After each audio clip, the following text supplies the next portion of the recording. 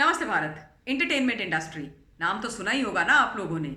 Entertainment industry के आजकल सितारे पूरी तरीके से गर्दिश में चल रहे हैं, क्योंकि किसी भी सही रीजन के लिए ये इंडस्ट्री न्यूज में, सोशल मीडिया में नहीं ट्रेंड करती है, ना छाती है। जो भी रॉन्ग और उल्टा सीधा रीजन काम आप सोच सकते हैं, उसमें ऐसा लग रहा है इन्होंने अव्वल आने की कसम खाई है। चाहे ड्रग्स का काम हो, ड्रग्स के सेवन का, रेव पार्टीज का काम हो, कास्टिंग काउच वाला काम हो, या फिर अंडरवर्ड्स के साथ कनेक्शन का काम हो, या फिर किसी कॉनमैन को अपना बॉयफ्रेंड बना करके कॉनमैन के साथ ठगी वाला काम हो, या फिर कुछ और काम हो। लेकिन इस वक्त की जो मैं आपको खबर सुनाने वाली हूं, वो तो इन सब खबरों की बाप बन करके हमारे सामने आ रही है। एक ऐसी इंटरटेनर जिसका बड़ा खूबसूरत चेहरा है, सुंदरता की हर पराकाष्ठा में वो अव्वल आती हैं। इसके साथ साथ बड़ी सारी पिक्चर्स और सीरियल्स में उन्होंने काम किया है, पर सच्चाई में, असल जिंदगी में वो तो चोर हैं। और चोर भी कैसी? पॉकेट मार। भीड़ भड़ाके वाली जगहों में जा करके लोगों को अपना खूबसूरत चेहरा, अपना ग्लैमर दिखा करके उनकी जेब पर हाथ मार देना, उनका पर्स निकाल करके उनका माल अपने पास रख लेना। यानी कि शक्ल खूबसूरत लेकिन काम एकदम क्रिमिनल्स वाले।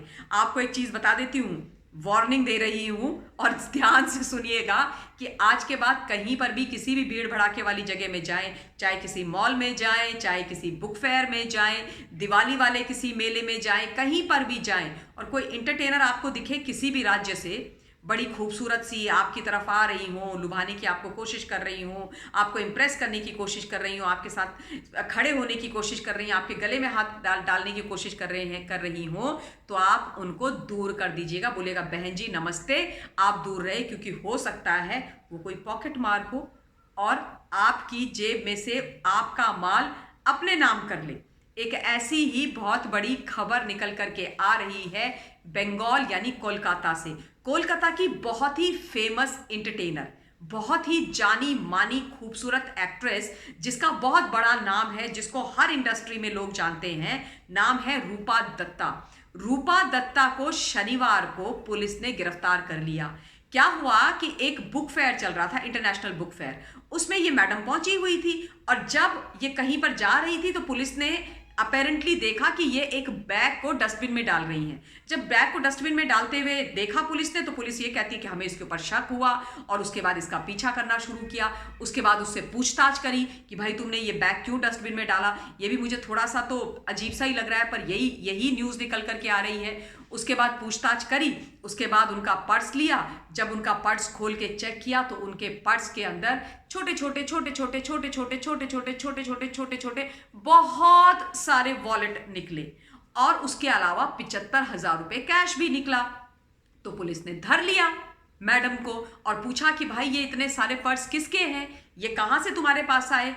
तो उन्होंने बोला कि मैं पॉकेट मार हूं, मैं लोगों की जेब काटती हूं, मैं भीड़ भड़ाके वाले जगहों में जाती हूं, मौका देखती हूं, और उसके बाद हाथ साफ करके ना राम नाम जपना और पड़ोस वाले का माल अपना कर लेती हूं, और फिर उसके बाद मैं रफू चक्कर हो जाती हूं, चलती बन जाती हूं। ये उन्होंने कबूल किया है, और वो बोलती हैं कि मैं ऐसे बुक फेयर वगैरह में जाती हूं और उसके बाद ये काम करती हूं। अब उनको गिरफ्तार कर लिया गया है। अब ये पता नहीं चल रहा है कि जो 75,000 रुपए हैं, ये जो उन्होंने पॉकेट मारी थी उसमें से निकल करके आए हैं, या ये 75,000 रुपए कहीं और से उनको मिले हैं, कोई और ने उनको ये 75,000 रुपीज दिए हैं, इसका पता नहीं है। लेकिन भैया इन लोगों से जितनी दूर रहा जाए उतना अच्छा बात है, क्योंकि खूबसूरत चेहरे के पीछे क्या खतरनाक, कैसा साजिश वाला, कौन सा चोरी चकारी वाला इनका दिमाग चल रहा है, ये कोई अंदाजा नहीं लगा सकता। आप और हम तो कतई नहीं लगा सकते।